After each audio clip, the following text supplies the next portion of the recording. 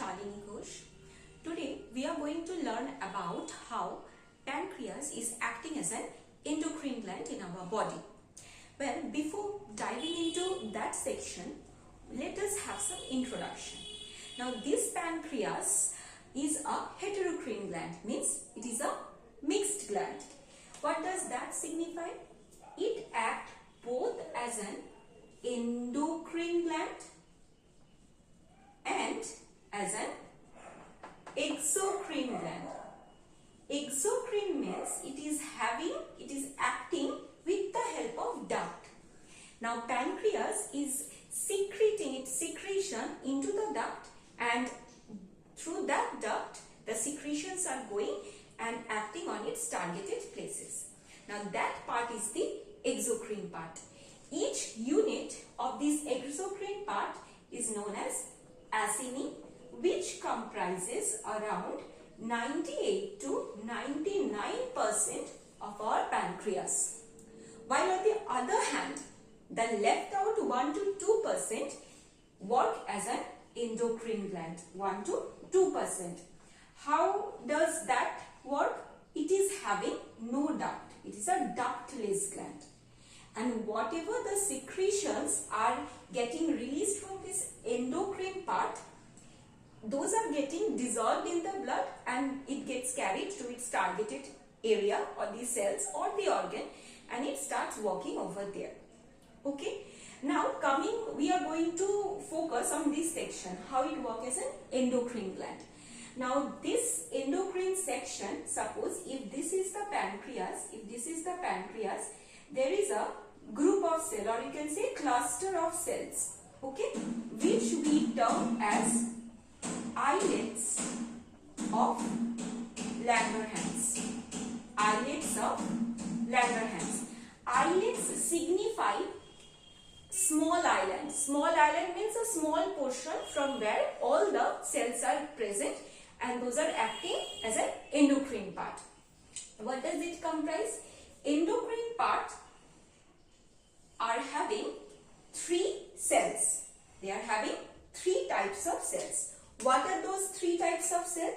One is alpha cell, another one is beta cell, and another one is delta cell.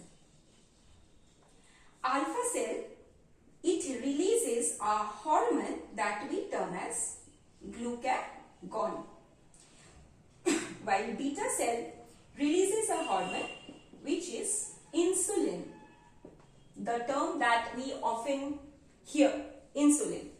And this delta cell releases a hormone termed as somatostatin. Okay. Now, in an average, we can say that in the pancreas, like if we take islets of Langerhans, in this section, around 65 to 70% cells are of beta cells. Rest 10 to 15% are the alpha cell, and the left out part is of somatostatin. We are mainly going to focus how this glucagon and insulin works. What happens? Now, what is the role of this somatostatin? Somatostatin regulates how this glucagon and insulin should work in a coordinated way in a normal healthy human being. So it is also very important, but primarily we need to focus on these 2 hormones, that is glucagon and insulin.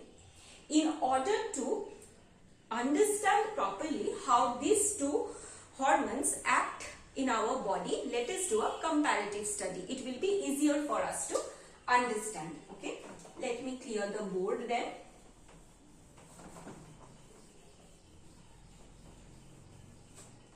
Let us do a comparative study. I am making 2 charts, 2 parts of a chart. That is, one is alpha cells and another one is beta cells. Just now we learned that alpha cell secretes what? Glucagon. Okay, and beta cell releases what? Insulin. What does this glucagon does in our body? This glucagon increases the blood sugar level in our body. Okay, now suppose we are in a fasting mode. What happens? Our cells are not getting enough substances or component to derive its energy from. What happens? Our glucagon hormone starts to release, and this increases the blood sugar level. From where, how, we are going to learn further. Okay, so the main component is increases the blood sugar level in our body, and from those blood excess glucose is derived and put inside our cell, and our cell starts to work in a proper way. Coming to the beta cell, what it does, it reduces the blood sugar level in our body. What happens when we eat something after certain time, like around 60 to 90 minutes, there is a spike in our blood sugar level. Now this glucose molecule need to get inside our cell, isn't it? Otherwise, how we will going to have the energy? Means how the respiration process will go on. If it remains in the blood, we will not have any energy. So what happens? This insulin pulls the glucose inside the cell, and therefore the blood glucose level in our blood reduces. Okay? So it is creating a condition of hyperglycemic. Okay? As it is increasing the blood sugar level. So here we can write, and it is decreasing the blood sugar level. So we can term it as hypoglycemic in nature. Isn't it? One is hyperglycemic and another one is hypoglycemic in nature. Now we are going to study the main part, how it is acting on its targeted cells. Just now I told you that when our body moves on a fasting state, or suppose we are in a situation that we are not getting food, it may be a war-like situation or anything, we are not getting. Do we die without food if we stay like without food for 1 to 2 days? No, isn't it? Our body survives. Though it can create certain kinds of deficiencies, but we can survive. Okay. Now let us see how does it work. What happens when the blood, when our body is not getting enough food? There is an organ inside our body. I think you know it. It is liver.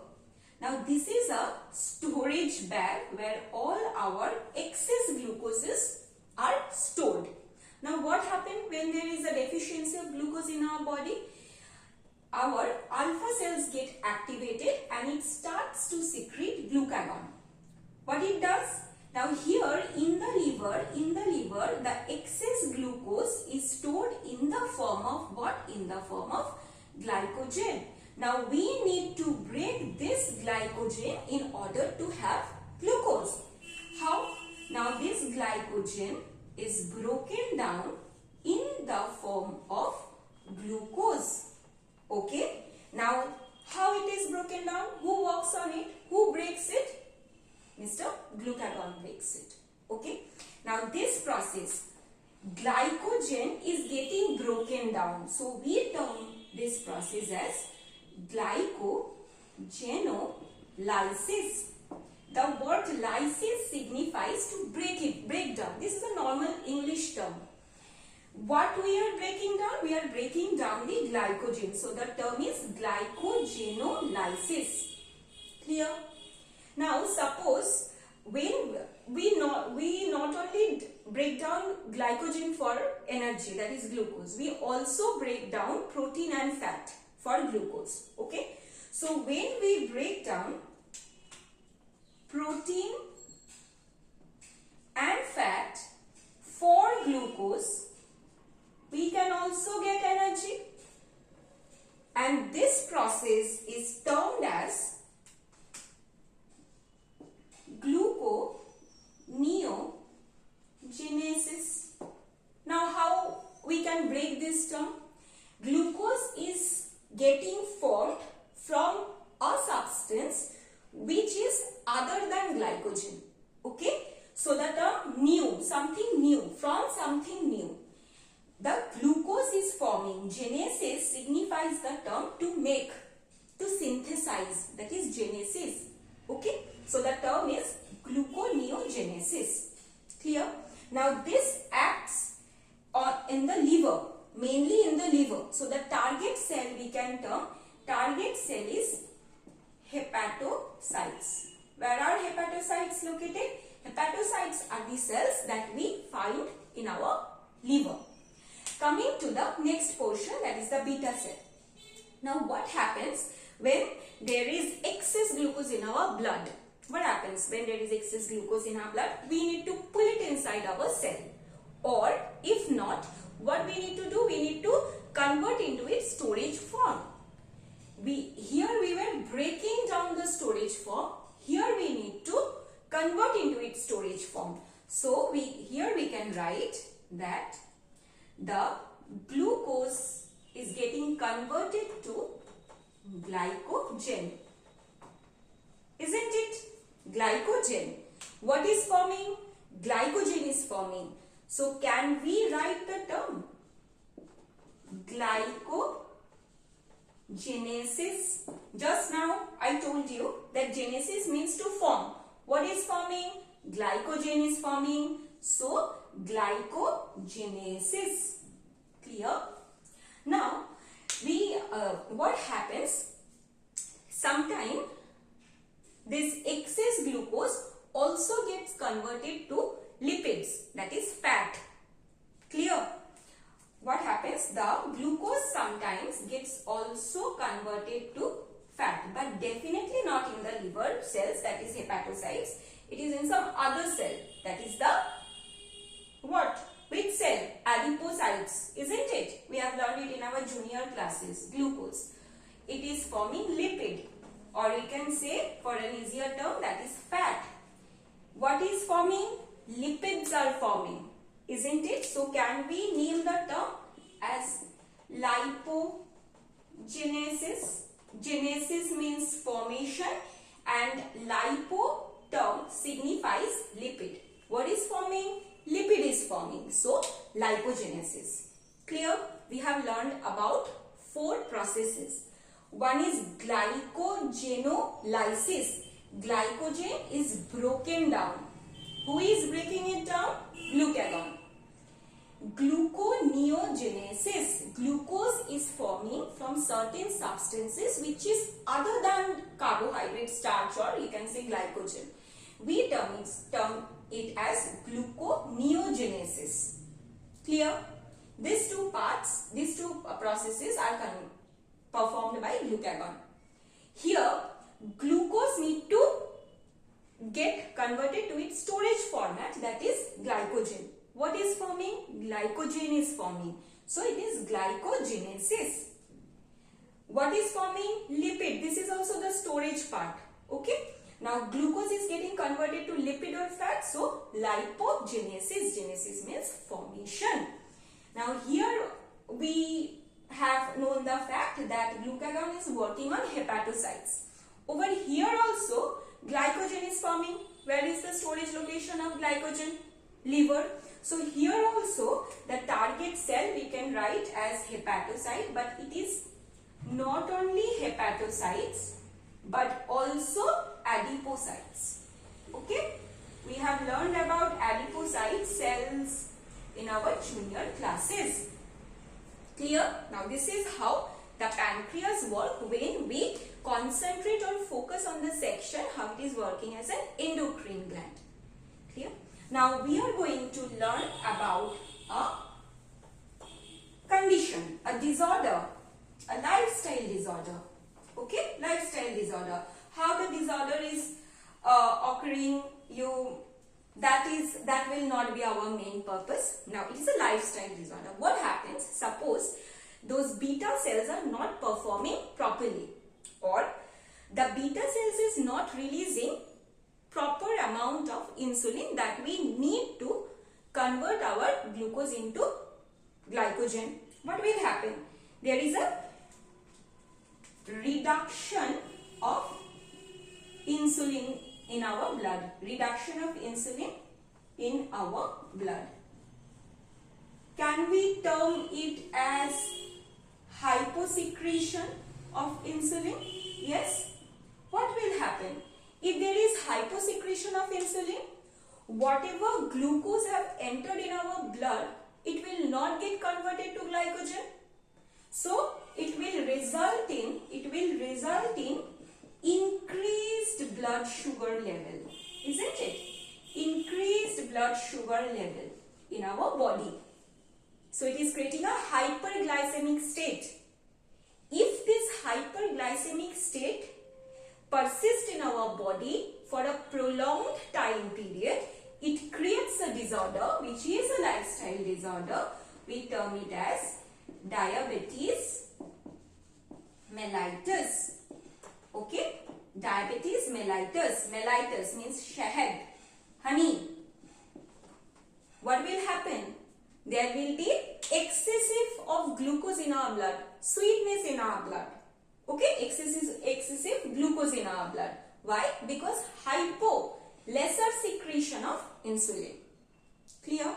Now what is the quantity? There must be some benchmark point, isn't it? Like below which we can term below which we can term as diabetes mellitus. That is 180 deciliter per ml of our blood. Okay? What happens in this state? Now this excessive glucose is not getting converted to glycogen. It will roam inside our body and it will stay in our blood. If it stays for a prolonged time, it will cause diabetes mellitus. What is the level? 180 deciliter per ml of our blood. At this state, glucose will also start to excrete from our body in the form of urine. Through urine, glucose will start to excrete. This condition is termed as glycosuria. Okay? In this state, another thing happens. We are breaking down fats into glucose. During this process, because body is in a deficit, cells are not recognizing the glucose, isn't it? So, in order to get glucose from some other source, all the stored fats in our body starts to get break down. This process is known as ketogenesis. During this process, a product forms. What is that product? That is the ketone bodies. Okay? Ketone bodies. Excessive ketone bodies in our blood. Excessive. Okay? Excessive ketone bodies in our blood creates a state called ketonuria. Ketonuria. This is also not good for our body if this condition stays for a prolonged time. Both glycosuria and ketonuria. Clear? So this is how our pancreas work, and this is what happens if the insulin level goes down. Hope you have understood this lecture. Thank you.